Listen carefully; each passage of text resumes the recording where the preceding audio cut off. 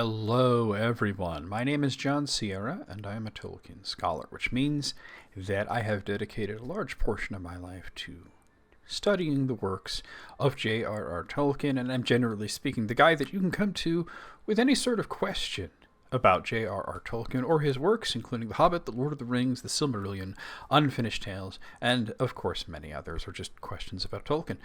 So we don't have a whole lot of, well, we have 16 questions. I guess that's like a normal amount. It isn't like last week. Last week we had over 20 because I was sort of pulling from 2 weeks worth of content because I did take 1 week off due to a really, really bad headache, but that's all done with. So we have 16 questions to get through. Just quick channel update. We're at, 1820 subscribers? 1829, actually. 1829 subscribers as of right now, which is absolutely fantastic. And I'm feeling really good about the channel and everything. And thank you for everyone that's subscribed and everyone that will subscribe. And I will ask those of you watching the video, if you make it to the end, I'm going to ask you to subscribe.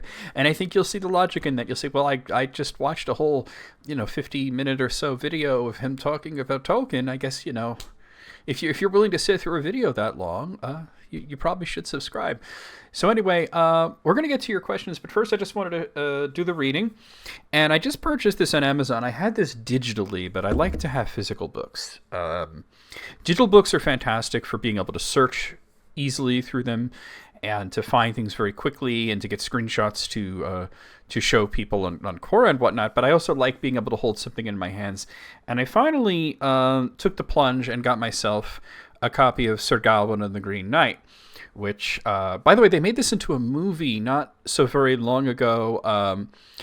Sir Gawain and the Green Knight is a classic sort of prose poem of Arthurian legend, also known as The Matter of Britain.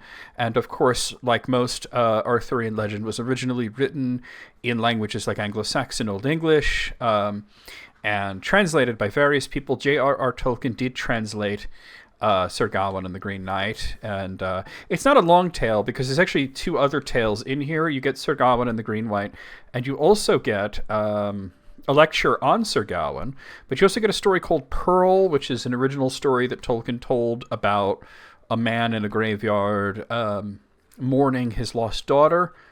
And Sir Orfeo is in here, which is a sort of a medieval take on Orpheus and Eurydice. So if you don't have this, definitely recommend you pick it up. It's pretty great little package. I'm going to do a reading from Sir Gawain and the Green Knight. And also, if you haven't seen the film version, it's not really Tolkien related, other than that he did translate Sir Gawain and the Green Knight. They made a movie. It was just called The Green Knight, which was really, really fantastic. And I always thought that the director of that film, whose name escapes me right now, I'll probably put it on the screen here, he would make a really good choice if this ever came to pass, if they made a film version of The Children of Húrin. I feel like this guy who directed Sir Gawain and the Green Knight, well, it was just called The Green Knight, would be a really good take on it. But anyway, let's see. Let's give you guys a little bit of Sir Gawain and the Green Knight.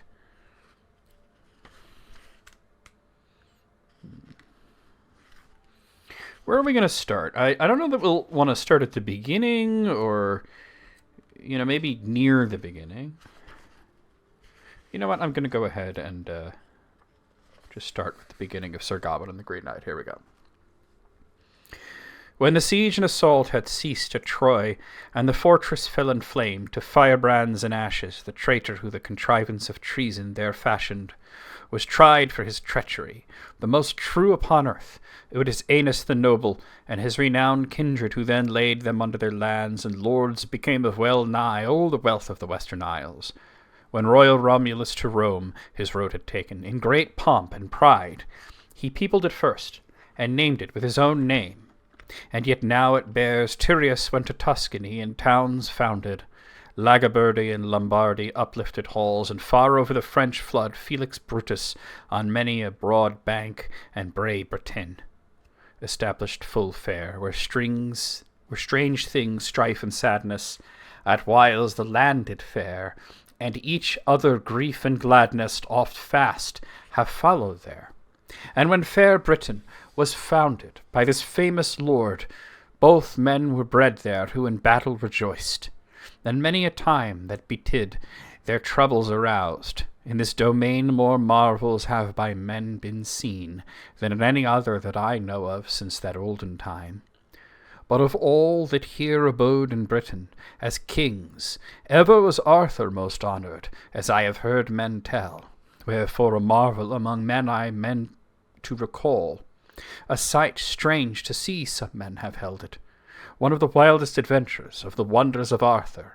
If you will listen to this lay but a little while now, I will tell it at once, as in town I have heard it told, as it is fixed and fettered in story brave and bold, thus linked and truly lettered as it was loved in this land of old. The king lay at Camelot at Christmas tide, with many a lovely lord lieges most noble, indeed of the table round all those tried brethren, amid merriment unmatched, and mirth without care. There tourneyed many a time the trusty knights, and jousted full joyously these gentle lords. Then to the court they came at carols to play. For there the feast was unfailing full 15 days, with all meats and all mirth that men could devise, such gladness and gaiety as was glorious to hear, din of voices by day and dancing by night, all happiness at the highest in halls and in bowers, and the lords and the ladies such as they loved most dearly. With all the bliss of this world they abode together, the knights most renowned after the name of Christ, and the ladies most lovely that ever life enjoyed, and he, king most courteous, who that court possessed, for all that folk so fair did in their first estate abide, under heaven the first in frame. The king most high in pride, it would now be hard to name a troop in war so tried. While New Year was yet young, that yestereve had arrived, that day double dainties on the dais was served. When the king was there, come with his courtiers to the hall, and the chanting of the choir in the chapel had ended, with loud clamour and cries, both clerks and laymen. Noel announced anew, and named it full often. Then nobles ran anon with New Year gifts. Hansels, Hansels, they shouted and handed them out, competed for those presents in playful debate. Ladies laughed loudly, though they lost the game. And he that won was not woeful, as many well be believed. All this merriment they made there till their meat was served. Then they washed and mannerly went to their seats, ever the highest for the worthiest, as was held to be best. Queen Guinevere the gay was with grace in the midst of the adorned dais set. Dearly it was arrayed, finest sendal at her sides, a ceiling above her, of true tissue of Toulouse, and traperies of Tharsia, that were embroidered and bound with the brightest gems, one might prove and appraise, to purchase for coin any day. That loveliest lady there on them glanced with eyes of grey, that he found ever one more fair, in sooth might no man say. But Arthur would not eat until all was served. His youth made him so merry with the moods of a boy. He liked light-hearted life, so loved he the less. Either longed to be lying or longed to be seated, so worked on him his young blood and wayward brain. And another rule moresoever was his reason beside, that in pride he had appointed it pleased him not to eat upon festival so fair ere he first were praised of some strange story or stirring adventure, or some moving marvel that he might believe in, of noblemen, knighthood, or new adventures, or a challenger should come a champion seeking, to join him in jousting and jeopardy to set, his life against life, each allowing the other the favour of fortune were she fairer to him. This was the king's custom, wherever his court was holden, at each most famous feast among his fair company in hall. So his face doth proud appear, and he stands up stout and tall, all young in the new year, much mirth he makes withal. Thus there stands up straight the stern king himself, talking before the high table of trifles courtly, that good Gawain was set at Guinevere's side, with Agravain à la dure main on the other side seated, both their lord's sister sons, loyal-hearted knights. Bishop Baldwin had the honour of the board's service, and Owain Urien's son ate beside him. Those dined on the dais and daintily fared, and many a loyal lord below at the long tables. Then forth came the first course with fanfare of trumpets. of which many bright banners bravely were hanging, noise of drums that are new, and the noble pipes, warbling wild and keen, wakened their music, so that many hearts rose high, hearing their playing. Then forth was brought a feast, a fare of the noblest, multitude of fresh meats on so many dishes, that free places were few in front of the people, to set the silver things full of soups on cloth so white.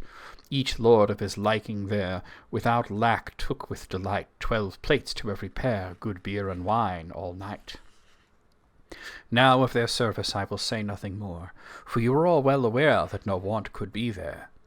Another noise that was new drew near on a sudden, so that their lord might have leave to at last take food, for hardly had the music but a moment ended, and the first course in the court was custom been served. And then there passed through the portals a perilous horseman, the mightiest on Middle-earth in measure of height, from his gorge to his girdle so great and so square, and his loins and his limbs so long and so huge, that half a troll upon earth I trow that he was. The largest man alive, at least I declare him, and yet the seemliest for his size that could sit on a horse. For though in back and breast his body was grim, both his paunch and his waist were properly slight, and all his features followed his fashion so gay in mode. For at the hue men gaped aghast, in his face and form that showed, as a fey man fell he passed, and green all over glowed. Well, there's the first 7 stanzas of the, like I said, it's sort of a prose poem or a lay, you might call it.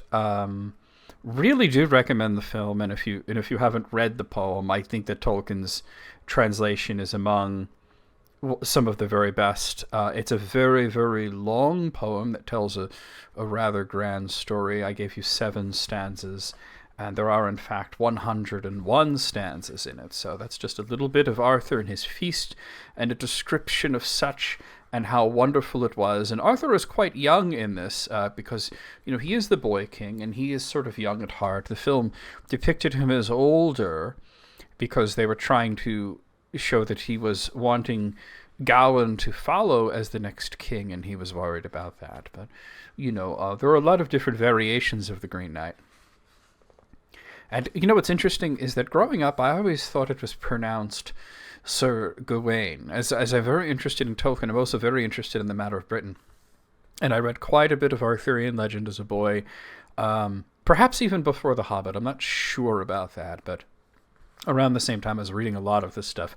And I always thought it was Gawain, because that seems to be the way it's spelled and the way that you would say it based on, limited knowledge of Middle English and such. Well, this would really be even going back to having been translated from Old English, the language of the Anglo-Saxons.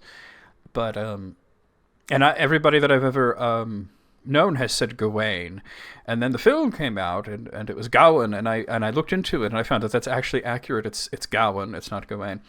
The one thing that I wanted to point out, there's not a lot to analyze here because it's pretty simple. The Green Knight comes in. He's very, very tall. He's gigantic, but he's fair. And he's glowing green. He's green, and everybody's just sort of like, oh, this is quite fey, which is sort of a way of saying like dark or fell. But if you might have noticed, the phrase Middle-earth was in there, and this is not, and of course, referencing the magical land of Middle-earth from Tolkien's Legendarium, but the fact that he called that Middle-earth was in fact a reference to the idea of the place where men dwell.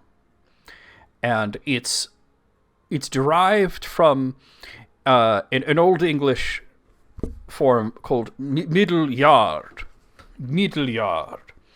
which, if you go even further back to Norse, becomes Midgard, which is not so much it's not so much related to the middle of something, but it is sort of between, you can say heaven and hell in a sense, but really what it comes down to is it's where men dwell, the dwelling of man. So if you think of like heaven as the dwelling of God and the angels and such, and hell as the dwelling of demons and the dead, and then in between, Midgard, Middle-earth, the dwelling of man, living man, and that's what that reference was. Although, this was translated in, let's see, when did he work on this? It should say it right here. I think it was in the 50s, but, it was published in 75, which was after he died, but I believe in the preface it should say that, yes, he was working on it as early as 1950. He was already working on The Lord of the Rings, so that when he was translating Sir Gawain and the Green Knight, there must have given him some satisfaction and a little bit of a smile to translate that section as just, instead of saying Midgard or just Earth, that he would say Middle Earth like that, and everybody was, Of course, this wasn't actually published in his lifetime, as I said. He did some other work in Arthurian legend. You could also get The Fall of Arthur, which unfortunately is incomplete. He never finished The Fall of Arthur, but you can get the book, and you can get what he did finish, as well as notes on it and some other stuff. But anyway, let's get into your questions. We're going to start with the first one, and here we go.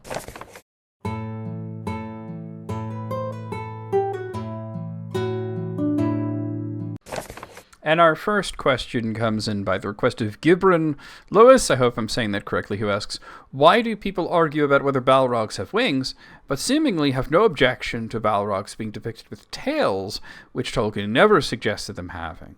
You're right. You're absolutely right. But this is not really all that unusual. The depiction of a Balrog in The Lord of the Rings is pretty vague. Durin's Bane is fiery and shadowy. It's maned, and it carries a whip and a sword, and that's about it. The usage of wings is a simile, of course, and it confused people. Tolkien, of course, never intended for them to actually have wings. He was using a simile, and then a bit later he went for the mixed metaphor. The Silmarillion is a bit more descriptive, and we know that they are man-shaped and twice the size of a man. Being man-shaped means they don't have wings. It means they don't have horns, and certainly no tail at all. But once an artistic depiction of something sticks in people's heads, it tends to become the standard that everybody goes by. The Hildebrandt brothers drew the Balrog as a grotesque, which is what people commonly refer to as a gargoyle, the sort of evil-looking demon statues. Believe it or not, a gargoyle specifically is used to channel water. If it doesn't channel water, it's just called a grotesque, and that's what the Hildebrandt brothers, drew the Balrog as. It's a very iconic image, and it became very influential. So to explain this in simple terms, if you were to take a room full of like 100 people and ask them to close their eyes and imagine a visual depiction of Jesus of Nazareth and describe him, not everybody, but a great many people would describe Jesus as a fair-skinned man with light brown or even possibly blonde hair who has blue eyes. And it's not at all an accurate depiction, but centuries ago, everybody drew and painted Jesus to look more or less like they did. But once the Renaissance happened, and some of the most skilled and famous painters of all time were doing paintings of Jesus, that became a standard, the depiction that everybody sort of copied after this. And I wish there were some more fantastic depictions of Balrogs with the moral lines with the Silmarillion. I think there's more and more than there used to be, at least. But the fact is that most of the famous Balrog paintings came out before the Silmarillion was published, and most of them were influenced by the brothers Hildebrandt. So what I'm getting at is artistic license is a thing, as is being influenced by existing depictions. So yes, they didn't have tails, they didn't have wings, they didn't have horns, but if you choose to imagine them that way, and that adds to your enjoyment of the work, then that's not exactly a bad thing. Okay, next question.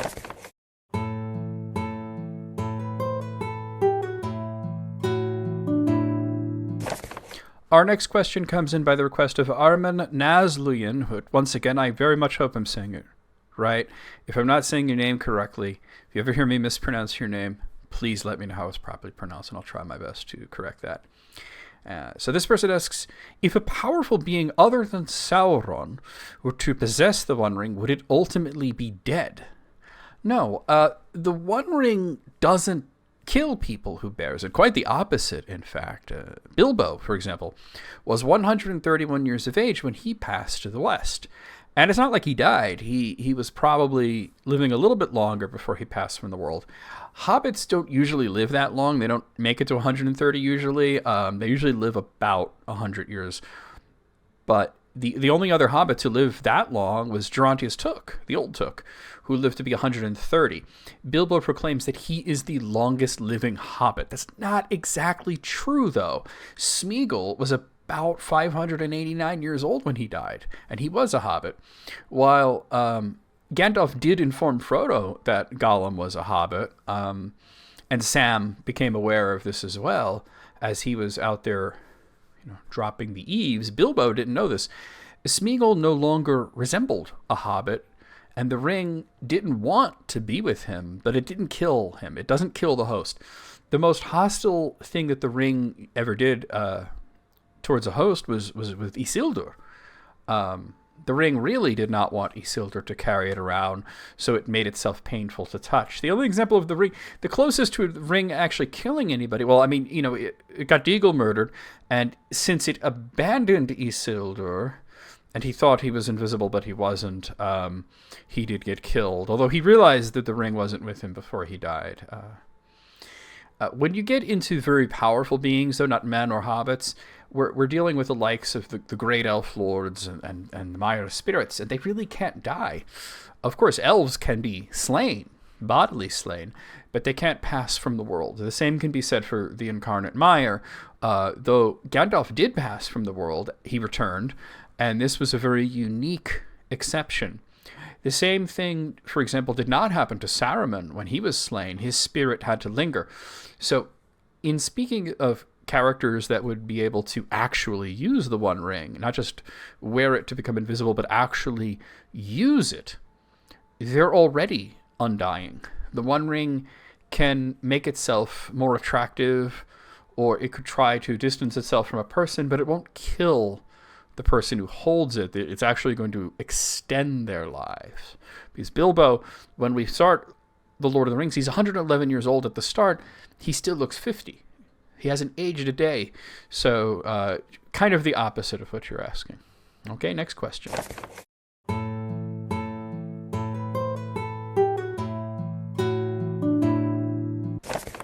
Here is a question from the Oski Voski, who asks, did Morgoth make dragons from lizards?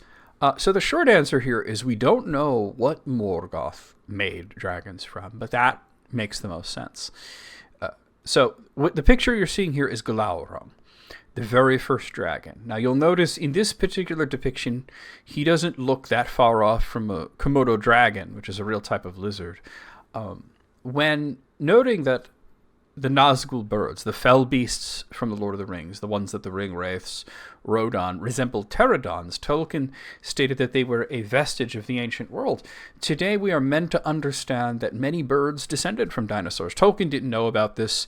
He called it all the new mythology at the time, but he does, like I said, he does mention that they're a vestige of an ancient time, and that he acknowledges that they look like pterodons. So Glaurung may have been something more akin to a dinosaur, or just a Komodo dragon, or a monitor lizard of some sort. And then with magic and necromancy, he was made bigger. He was given intelligence and speech. That would be more necromancy. And this has always been my thought. Tolkien never told us the specifics of the creation of dragons. Treebeard theorized that dragons may be a mockery of the eagles, but this is sort of forgetting that the earliest dragons didn't have wings and they couldn't fly. The winged dragons did not appear until the War of Wrath. But we get the sense that while Treebeard visited Beleriand in the first age, he wasn't involved in the wars there. He describes his time there as visits, just walking the land. So it is possible that he never saw a dragon until the winged ones were the only ones that were around. It is equally possible that Treebeard is actually correct, and that Glaurung and his ilk, the early non-winged flightless dragons, may have been prototypes, and it took Morgoth a while to figure out how to add wings to a lizard. Okay, next question.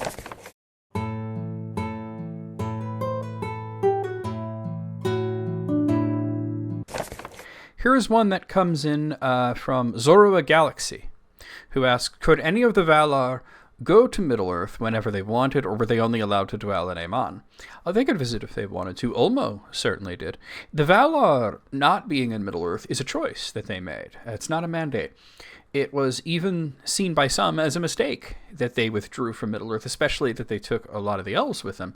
Ulmo visited Middle-earth to speak with Tur, and he was said to go wherever he pleases. He mentions to Tur that his Maya Osse agrees with the rest of the Maiar in banning anyone from sailing to the west, but that he does not.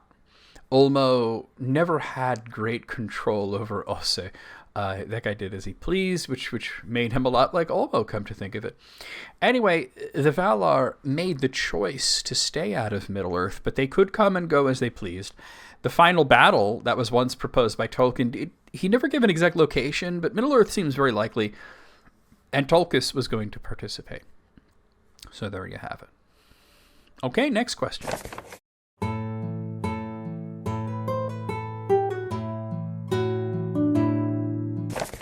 Here is a question from Casey Foster, who asks, was it ever stated in The Lord of the Rings or the wider legendarium if anyone before Frodo was stabbed by a Morgul Blade?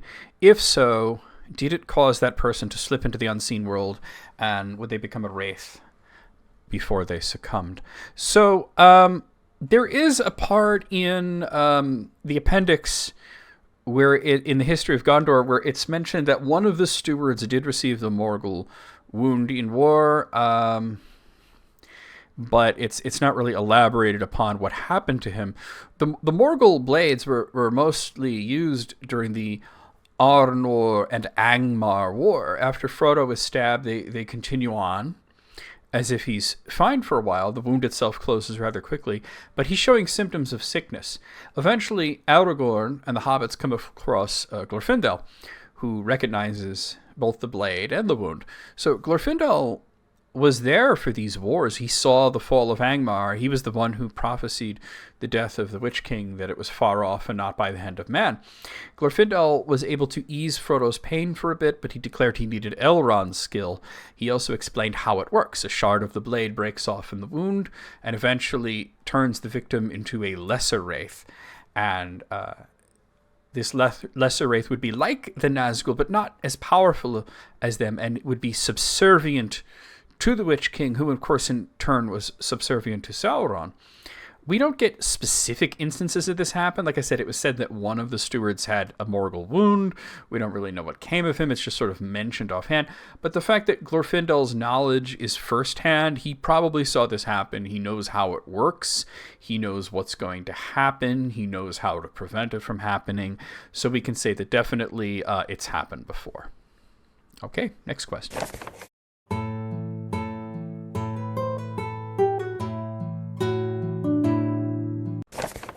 Here is a question that came in from Diego Franzoni, who asks, in the second Ainur Lindala, will the children of Eru be equal or still under the Ainur in spiritual scope? This is an interesting question, and I would say, and this is an opinion here, that in the end that the children would be greater than the Ainur. The second music isn't extremely detailed, and it's somewhat connected to the idea of Digor Digoroth, which literally translates to Battle of Battles, also known as the Final Battle, sort of the Ragnarok or the revelation of the legendarium, the end of it all. And it's a plot thread that Tolkien seemed to abandon. But from what we do know about it, not only will the voices of the children be put into the second music, with some versions having Túrin actually becoming one of the Valar, but Ilúvatar will give the children, the elves and the men, the secret fire. Meaning that instead of him creating the second world from the music, those participating will create the world directly. This, to me, puts them at a level higher than the Ainur, because with the first music, the Ainur sang, and then Ilúvatar, God, created the world and said, behold your music. because he had the secret fire within him, the flame imperishable, but then he put it into the heart of the world. But if the second music comes to play, he's going to gift that to his children, the men and the elves, and maybe even the dwarves, because the dwarves will join the children of Ilúvatar, and they will create the second world together with the Ainur. So I would say that, it doesn't say that the Ainur will get the secret fire. It says the children of Ilúvatar will. So I think that puts them above the Ainur in that sense. Okay, next question.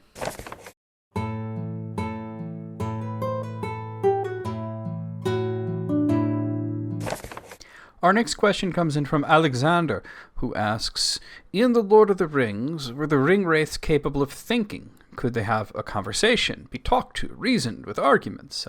It's a complicated sort of thought. They did not have their own will, but they could do all of the things that you asked. The Nazgûl are totally bound to their rings, irrevocably, which in turn, the rings are totally bound to the One Ring. And even though Sauron in the Third Age does not actually physically possess the One Ring, he does possess the Nazgûl rings.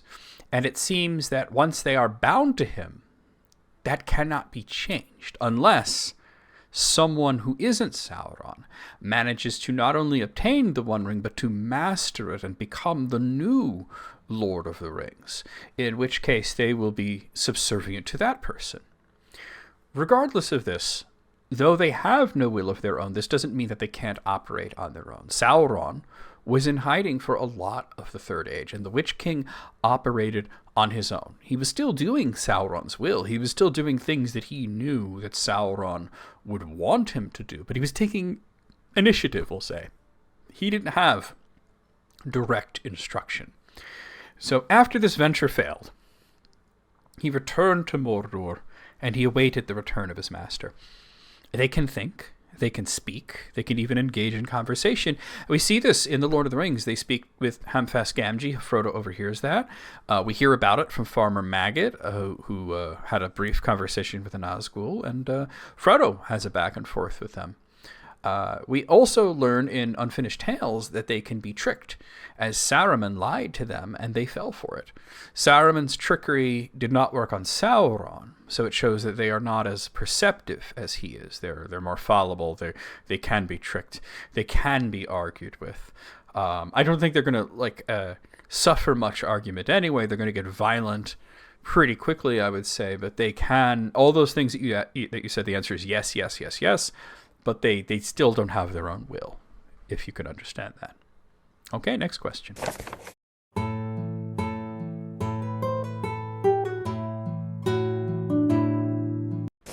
Here's a question from Khalid Abdul Hamid, and this is the one from the thumbnail. Is Aragorn related to Arwen? Since Aragorn is a descendant of Elros, won't that make him Arwen's cousin of some sort? So yes, they actually are related, but it's sort of like in the same way that most people are related to each other. Aragorn and Arwen are indeed cousins, but before you sort of rear back and you see and go, ugh, let's actually trace their lineage. Let's examine it. So Arwen's father is, of course, Lord Elrond, and Elrond had a brother named Elros, the first king of Númenor. Elros, unlike his brother, chose mortality, and all of his scions were mortal. They lived much longer than regular people, but they were still mortal. You can then trace his lineage down about 30 or so generations to the end of Númenor, and we get to Elendil, and then another 30 or so generations in Middle-earth to get to Aragorn.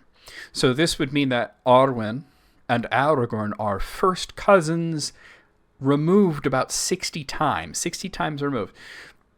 The reason that cousins don't marry, generally speaking, is a concern over genetic diversity. Sharing too much DNA with a spouse could result in genetic stagnation in the lineage, which leads to issues in the long term if it keeps happening, like birth defects. However, while first cousins share 12.5% genetic similarity, the further removed they are by the common ancestry, the lower that number gets. A first cousin once removed has 6.25% genetic similarity, for example. If it was to say 4 times removed, that would be 0.4% similarity. So when you get to first cousins 60 times removed, which would never happen in real life because it's 60 generations ago, we don't have immortals in real life, but of course it's different because it's 60 generations for Aragorn, but it's only one for Arwen. Elros is just her uncle that died a really, really long time ago. But that would mean that Aragorn is as genetically similar to Arwen as he would be to any random person. The fact is, you are related by blood to every single person in the world. If you go back far enough, you'll find a common ancestor. The elves were careful of these sorts of things because they were immortal. There was a limit to how closely related they could be to marry. This is pretty much why Idril rejected Maglin. Along with the fact that he was horrible and that she was already in love with Tuor, they were too closely related for her to even consider such a thing. But with the case of Arwen and Aragorn, they're so far apart through the years and through so many generations have passed. There's almost no similarity at all. It would be like me related to you, in other words. Okay, let's go on to the next question.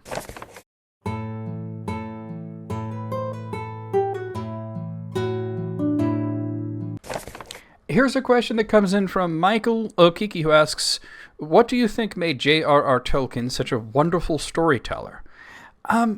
I think that obviously there could be a lot of different answers here because this is a question that specifically solicits an opinion, not a fact.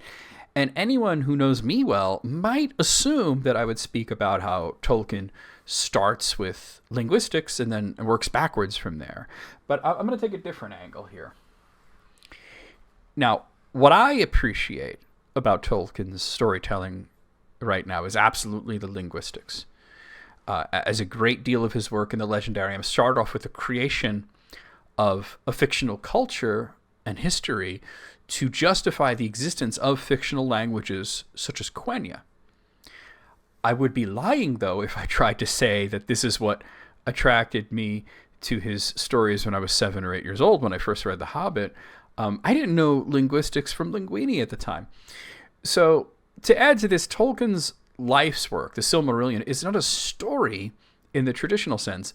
It's fitting more comfortably with what I described, a history, a fictional history of a fictional people committed to writing to create a cultural backdrop for a fictional language. However, his most famous work, The Lord of the Rings, while it is itself a satellite story of the Silmarillion, in its inception, it started as a sequel to The Hobbit, which itself started as a story for his children. So my answer here is what makes Tolkien as a storyteller so great and unique, I would say, is his relationship with children in general, and specifically his own children, especially since that was his earliest audience. Tolkien felt that children deserved better, that there is a difference between a children's story and a story that's suitable for children. Now, he wrote both of those things. An example of a children's story that he wrote would be Mr. Bliss. An example of a story suitable for children would be The Hobbit. I don't need to tell you which is better and which is more beloved. Tolkien felt that we shouldn't talk down to children or water down fairy stories for their perceived delicate sensibilities, but rather he respected children, what they were capable of handling, and I think that's what made his story so wonderful. Okay, let's move on to the next one.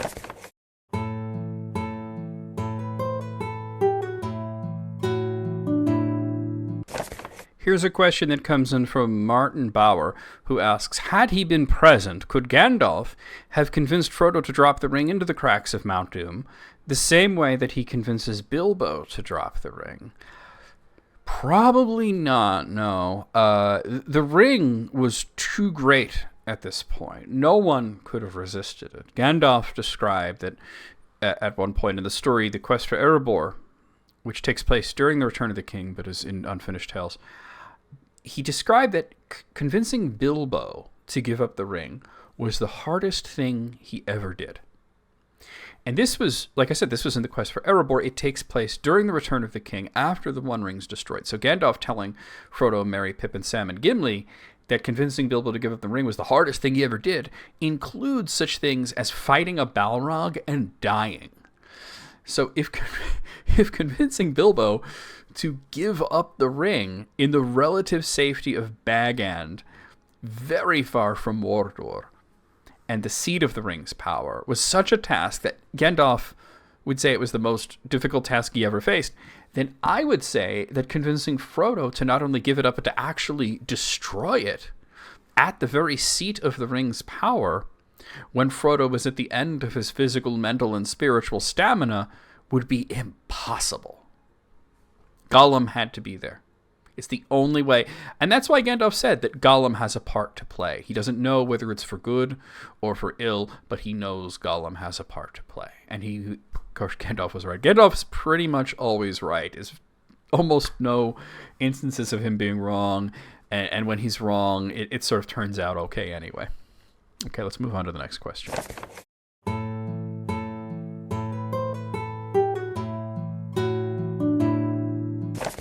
Here's a question that comes in from somebody who chose the name Unbannable Entity, and they ask, did Gimli ever meet Aulë? Probably. We don't really know, but probably. What we know of the final fate of Gimli is rather ambiguous. We know that at the age of 262, he was very old. The average dwarfish lifespan is about 250 years.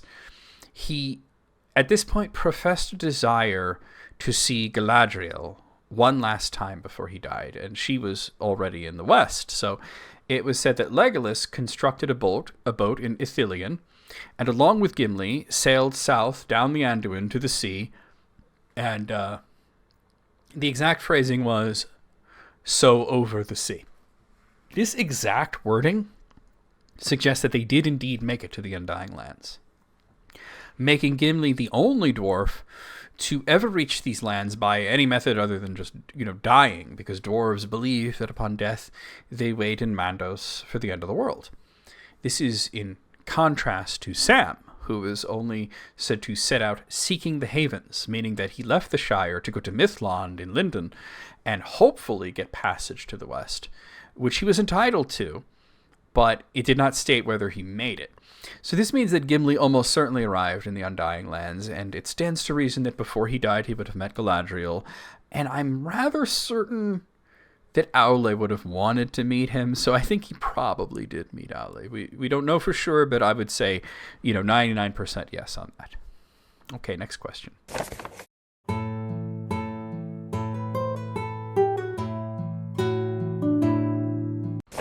Here's a question that came in from Hamid Arauj, and I really, really hope I'm saying that right. Let me know if I'm not.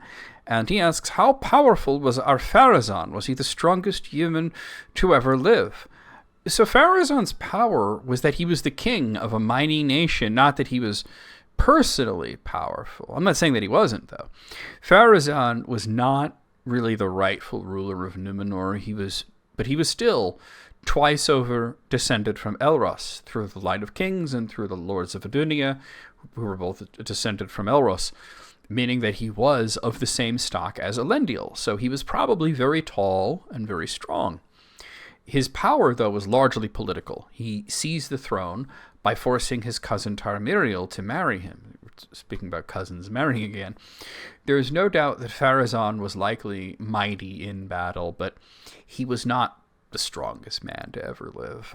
It is likely that this title would either go to Turin Turambar or to Beren. Turin's name was even used as a benchmark in The Lord of the Rings, when it mentioned that not even the strength of Turin or Beren could pierce the hide of Shelob.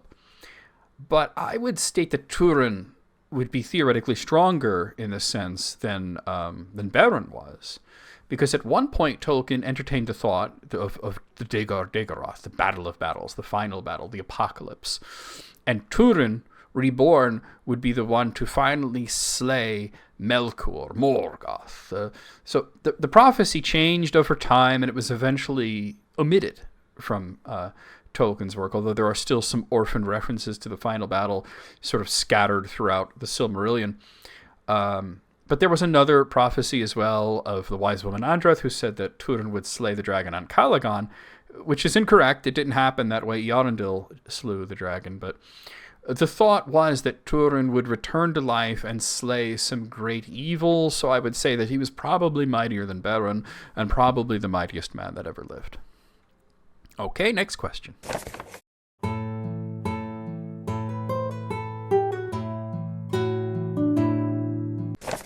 So here's a question that comes in from Yellow Guy, who asks, why did Peregrine Took drop a stone down a well, alert hordes of goblins? What if that was just another goblin dropping a stone? Good question.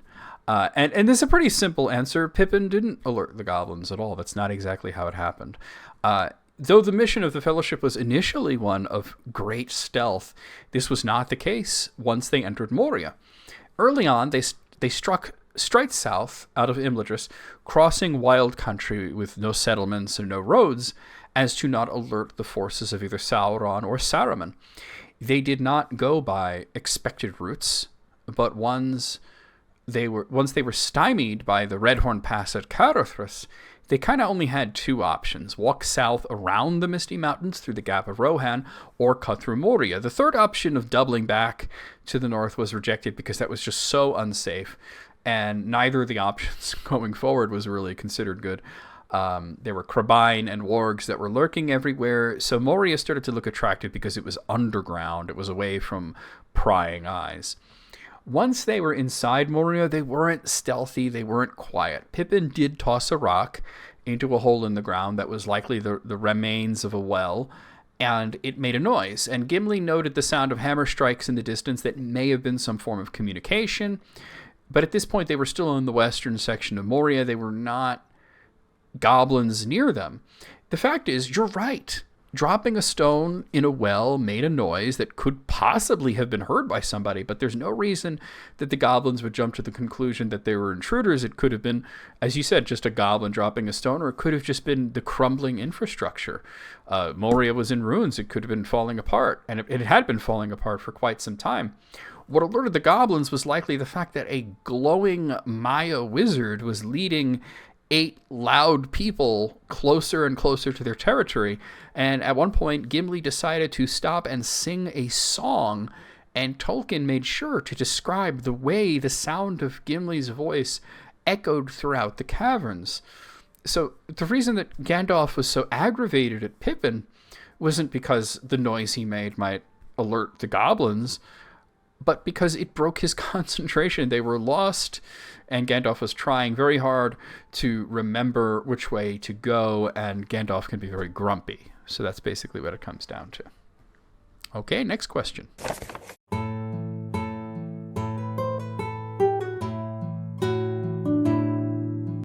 Here's another Pippin-related question, which comes in from New England native, who asks, after the last rereading of The Lord of the Rings, it seemed like Pippin was being set up and making decisions that would lead him to be a traitor. Did anyone else see this? Well, I can't speak for anybody else, but I can't see how you would think that, or how anybody would think that. Let's get one thing out of the way. Pippin is, for all intents and purposes, a child. He's 28 years old. It seems like an adult. But hobbits come at age at 33 years old. He's a tween, and that's actually a word that Tolkien made up. We refer to tweens as... the modern usage of it is sort of pre-teens. They're not quite, they're children, but they're not quite like little kids, but they're not quite yet teenagers. Kids that are around the age of 9, 10, 11, we call them tweens. But originally when Tolkien created the word tween, it was a mixture of teen and 20, the tweenager. They're in their 20s. And hobbits that are in their tweens were described as being irresponsible and rash. So that's the first thing. The second thing that we want to get out of the way is he's a took. If you read The Hobbit, Bilbo often talks about having two aspects of his personality. There's the sensible part, which is the Baggins, and there's the irresponsible and rash and bold part, and that's the took. Bilbo has a lot of his mother in him, Primula Took Baggins. Hence, he did things that were thought as insane where he came from, such as going off on adventures. Pippin, by comparison, he's not half took like Bilbo was. He's all took, and he's not 50 years old and supposedly settle down like Bilbo was. He's 28 years old. He's still a boy by the standard of his people. This means that he does not always think things through.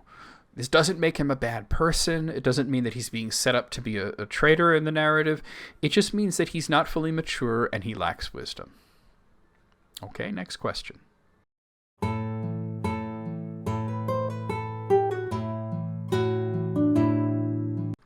Here's a question that comes in from Komali Kokavali, who asks, hypothetically, if Saruman declared war on Sauron, would the Uruk-hai change sides to Sauron? I would say no. Orcs do tend to gravitate towards the biggest bully around them in terms of relative in times of relative peace. They would go to the largest goblins that they follow in tribes and conclaves. If they're not really loyal by their nature, but they will follow who they must, whether it's Morgoth or Sauron or Saruman. Some of the great evils like Durin's Bane don't seem to have much interest in leading the orcs. He tolerated their presence, certainly, but they were carting Mithril out of Moria, and it wasn't because the Balrog wanted that, it was because they were giving it to Sauron. Saruman, though, seemed to inspire a small vestige of loyalty in his Uruk-hai, and the wicked men that followed him as well, but more so the Uruk-hai. Remember when they captured Merry and Pippin? This was not just Saruman's forces. There were Mordor Uruks with them who wished to bring the hobbits to Mordor for Sauron, and they got into a scrap over it. The orcs couldn't agree over where they were to be brought. The Uruk-hai won. They killed off the Mordor guys. So they're going to follow their orders, even if that goes against Sauron. They don't care about Sauron. So if Saruman decided, and this is a ridiculous idea, but if Saruman decided that he was going to, have all of his forces attack Mordor, I think that they would follow his orders readily. They would attack Mordor, and they would lose, because even though they're, an individual Uruk-hai is bigger and stronger and mightier than a Black Uruk, Sauron has a lot more of them, and he has a lot worse than that too. He has the trolls and the Nazgûl and many, many more men, Easterlings and Haradrim and wicked men. So yeah, he would be well outclassed in this. But I think that the Uruk-hai would do whatever Saruman says. They seem to regard him as sort of their father in a way, because he created them. He bred them from a stock of Uruks and men. They're part man. He was their father in this way. They even had a nickname for him. They called him Sharky, which is probably derived from Sharku, which means old man. So Saruman seemed to treat his foot soldiers better than Sauron did, and he gave them more autonomy. This, of course, wasn't a great idea, because Saruman's troops were not very bright, and they made some pretty obvious errors, and that's a big reason why they lost against Rohan. Okay, we're going to move on to the last question now.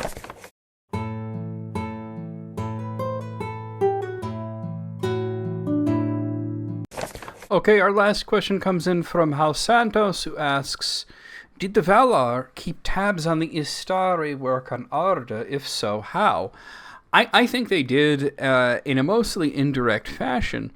The Istari are not the only agents of the Valar in Middle-earth. There are also the Great Eagles, led by Gwaihir. When Tolkien stated that birds could not survive the trip across the straight road, the eagles, though, they're not ordinary birds. But there is also someone else in the sky that can and will keep an eye on things and communicate between the eagles and Manwë, and that would be Eärendil, the son of Tuor. After Gandalf recognizes the fact that the One Ring has been destroyed, he asks Gwaihir to bear him into Mordor to rescue the ring bearer and his companion. Gwaihir is not a taxi service, but he sure has given Gandalf a lot of Uber rides in the past few decades. The first that we know of was said to be in return for a favor owed. Gandalf had healed him at some point in the past. The second seemed to be a favor for Radagast the Brown. And Gwaihir complained the whole time that Gandalf was so heavy and that he wouldn't bring him very far. Gandalf was happy to be set down in Rohan, though. The third seemed to be another favor, this one for Galadriel, and Gandalf was surprisingly light as his old life had burned away, and he had only recently been reborn. Gandalf practically begs Gwaihir to take him into Mordor and promises that he will not be much heavier this time. Gwaihir's very presence here is strange. The eagles do not often go very far out of their territory, and their arrival at Morannon is very far away out of their territory, much further than when they travel to Erebor, and much closer to danger. Gwaihir's reply is even more curious. I'm going to read you what he said. "I would bear you," answered Gwaihir, "whither you will, even were you made of stone."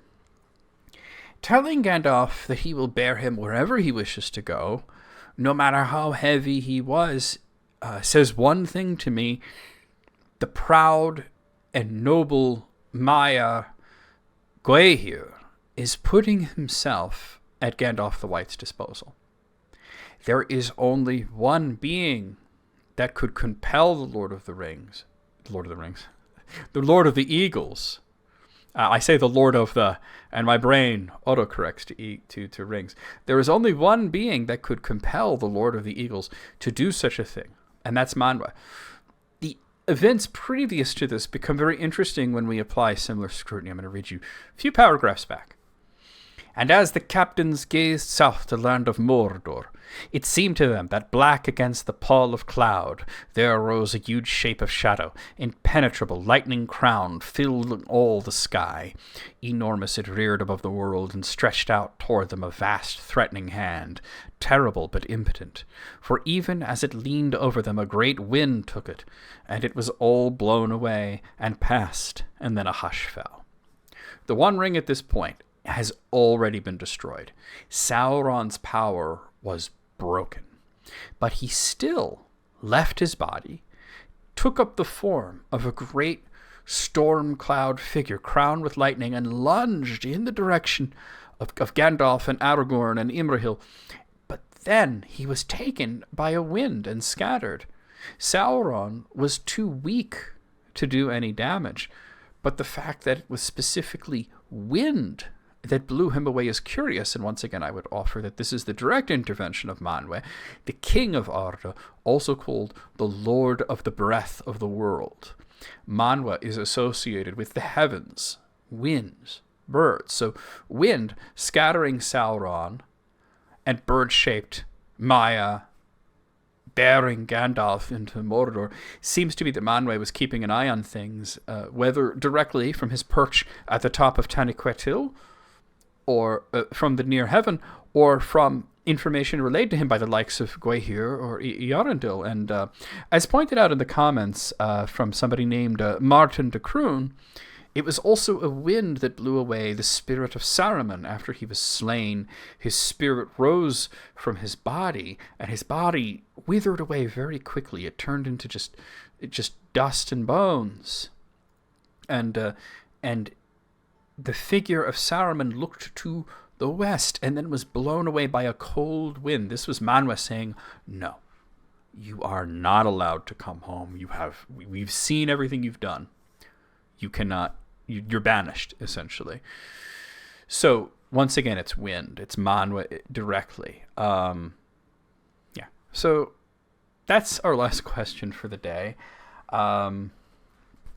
I have a lot to say about Manwë and the wind and everything, but I think if I get too into it, we'll be here all night. So we'll see you guys next time. If you've reached the end of the video and you are not subscribed, I would ask you to hit the subscription button at this point, subscribe, and make sure you jump through all the hoops that YouTube makes you jump through these days to actually be able to see my videos in your subscription feed, which means not just hit subscribe, but also click that bell icon and then make sure that you have all notifications turned on.